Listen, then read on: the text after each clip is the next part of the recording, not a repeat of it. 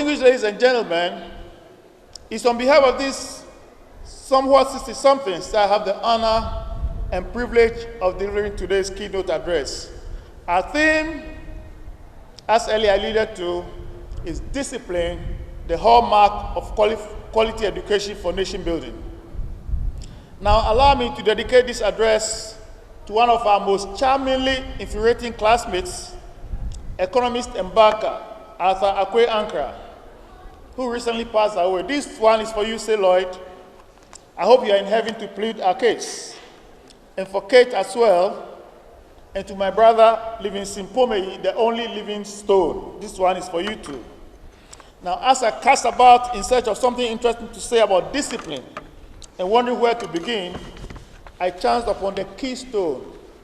The author was Frederick Gordon Guggisberg, Governor General of the Gold Coast from 1881 to 1827. At inside cover in bold relief, he says, "Education is a keystone for progress. Mix the materials badly, omit the most important, and the ark will collapse. Omit character training from education, and progress will stop." Then he goes on. Necessity for better education for the African. To quote, he says, "The lust and yearning for education sets the Gold Coast apart from the rest of the continent. Wherever one turns in the Gold Coast, one meets the same demand, a better education for Africans than our present schools are capable of providing. Apart from the fact that people themselves are clamoring for a better education, the future of the country demands it." He had already begun to interrogate the question of facilities for better education and training. He had come to the conclusion that it was not going to be easy. Such was the intensity of the demand for education. To solve this problem hastily, he thought, could be disastrous. The Gold Coast then did not yet have an educational staff sufficiently trained to carry out this urgent national assignment. To do this inefficiently could be equally tragic. The key issue to him was the absolute need for well-trained local teachers. This was crucial and it was urgent. Higher education simplicity could not be automatic or a ready-made solution. Something more nuanced, more relevant to the situation of the colony was required.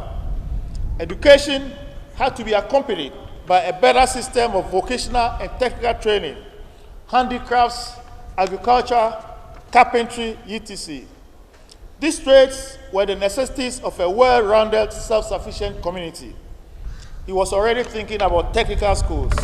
He appreciated the link and the direct connection between thought and action and between theory and practice.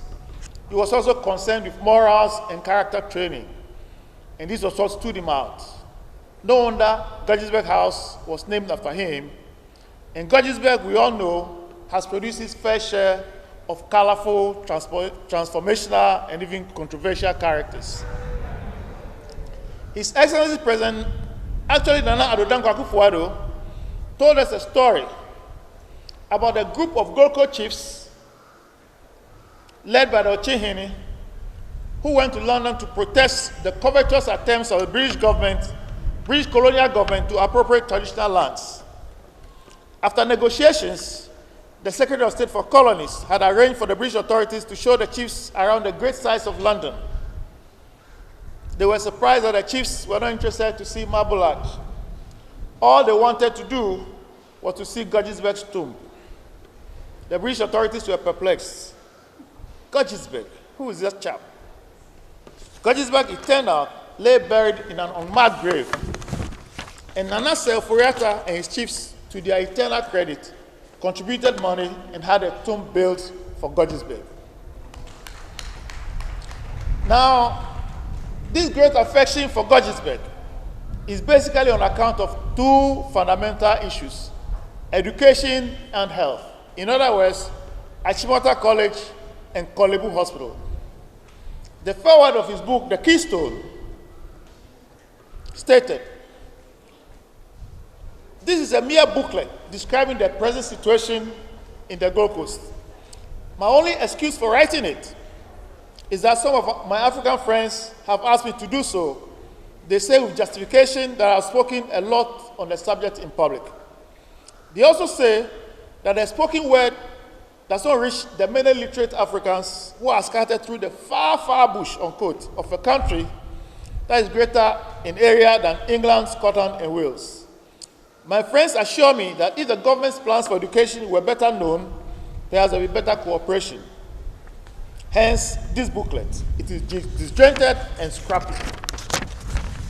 But for Gordon Gordonsberg, higher education may be the brain of the country, but manual and mechanical labor was his heart.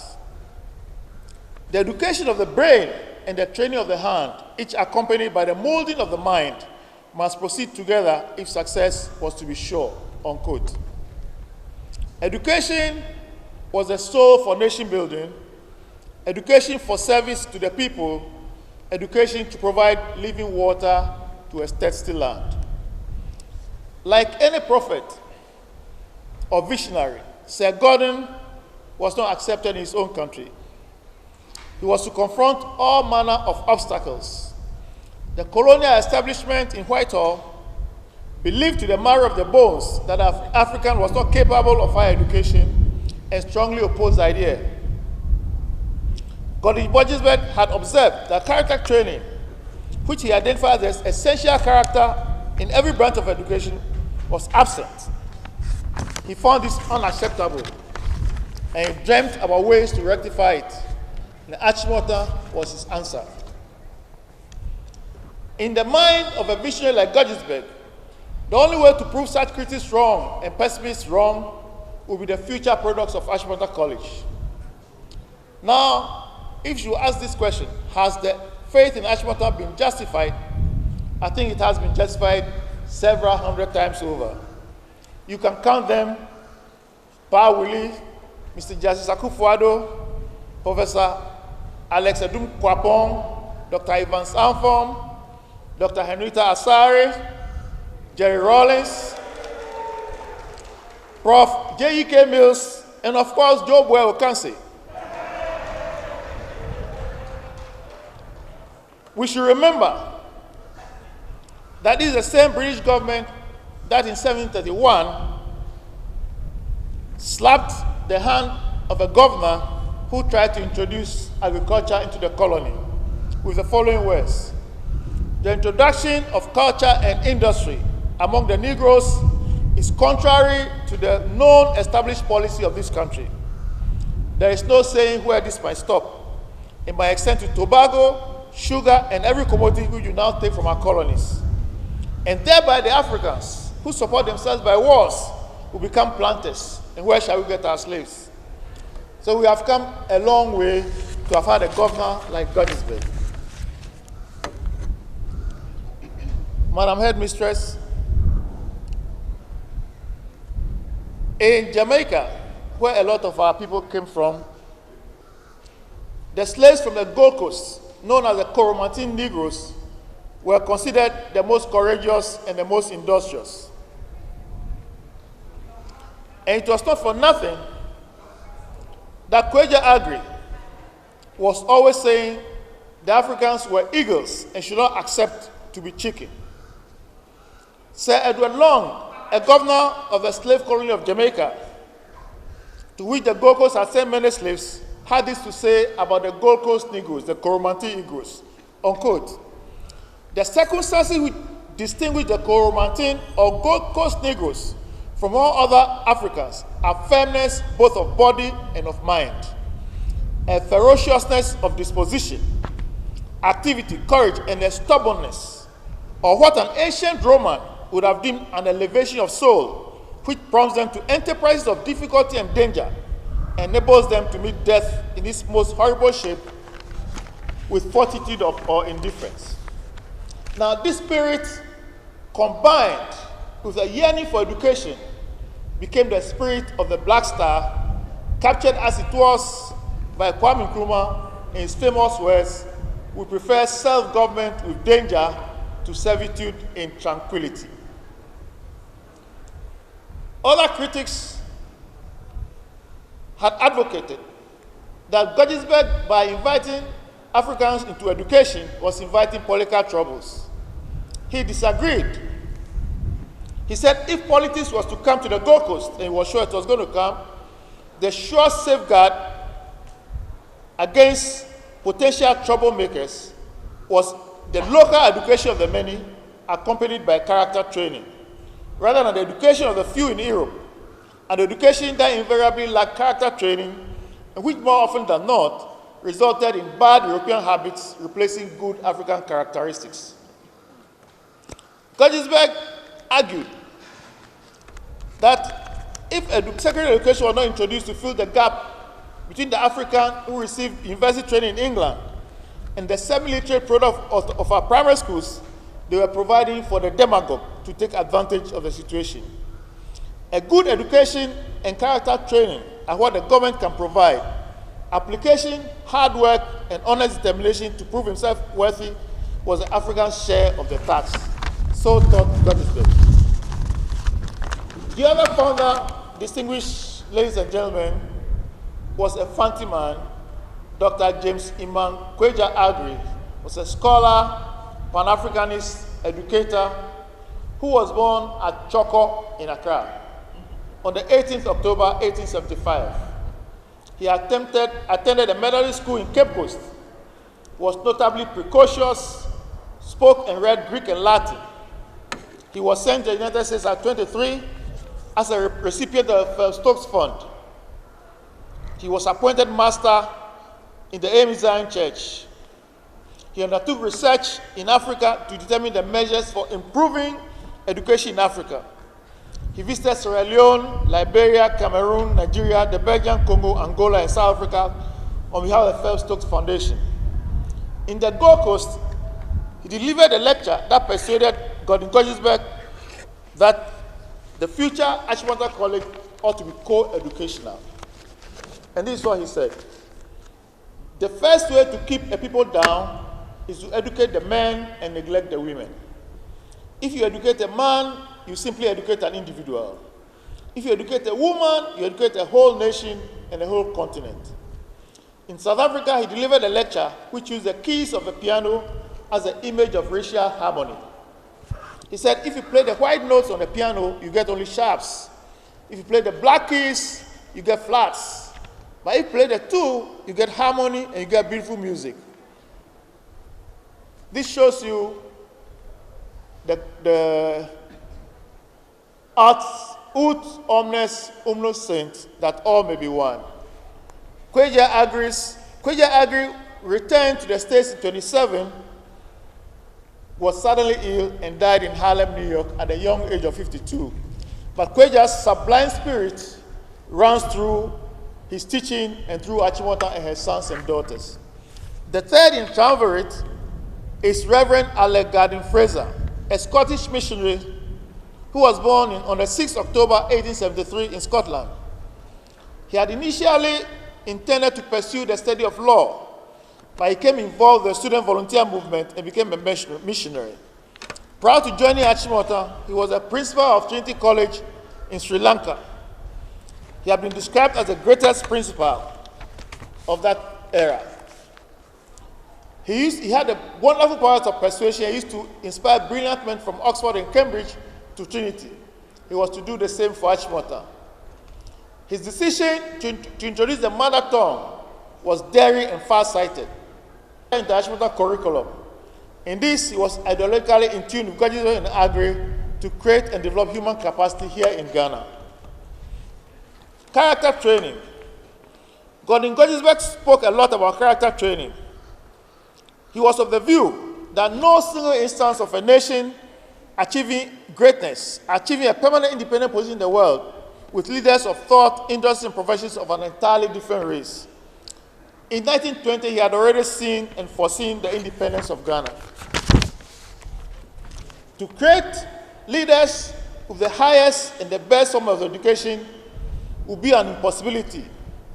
To think for one moment that it is impossible to create leaders without character training would be in vain. So Gordon Gettysburg arranged for the boarding school system for character training.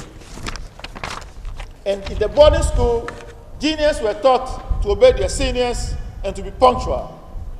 And that is the key to the development of the leadership qualities that we have in Ghana today. When people speak about the wonderful integral nature of the Ghanaian community, we owe a lot of it to the boarding school system, and we have to have more rather than less of that. On the education of girls, Sir Gordon Kogisberg said, I will now turn to a subject of utmost importance to the progress of the local races, namely the education of women. He said, those of us who have had the privilege of studying together with our young ladies have grown to appreciate and value the joy of studying together with our girls and getting to know and respect them as women and appreciating their caring, angelic qualities and their incredible intellectual abilities. I remember as a law student doing vacation job in the Supreme Court, there was a young student from Prempeh College who said no lady, no girl could beat him at math. Well, two Achimotas caught up with him and told him, if you come to Achimota, Hetty will teach you at maths. But Gordon Kogisberg was very clear on this point. He was indeed emphatic. He said, so great is the importance of educating the women of the Gold Coast that I cannot but feel that we should take the slight risk that will be run by commanding higher education of the sexes. A risk that, in my opinion, is no greater than the daily life of the present phase of the primitive people. As we have noticed, the contribution of our ladies to development in our country, Ghana, has been vast. We have before us here our headmistress and our former senior prefect. So we are always in favor of going to school together with our ladies, and those of us who have had that benefit, we always like to relive that wonderful experience. So, distinguished ladies and gentlemen, before I end, I'd like to suggest to us that the dream of Achimota, the hopes that Achimota was meant to fulfill, are probably a lot more than we have achieved as at now. We imagine Achimota to be the embryo of great scientists, great technologists, great mathematicians, great cultural activists. We believe that Achimota can be more than simply a senior high school. We believe that Achimota can be a continental home for excellence, if only all Achimotans will have the courage and get more involved in delivering the school to the hopes that it was meant to fulfill. And I'd like to leave all of us here with this notion that in thinking about Achimota, we should not be satisfied with mediocrity. We should think far, in line with Fraser's words, that still in their youth, that there is to hope and look far onto centuries of time. Thank you, Your Excellency, for your kind attention.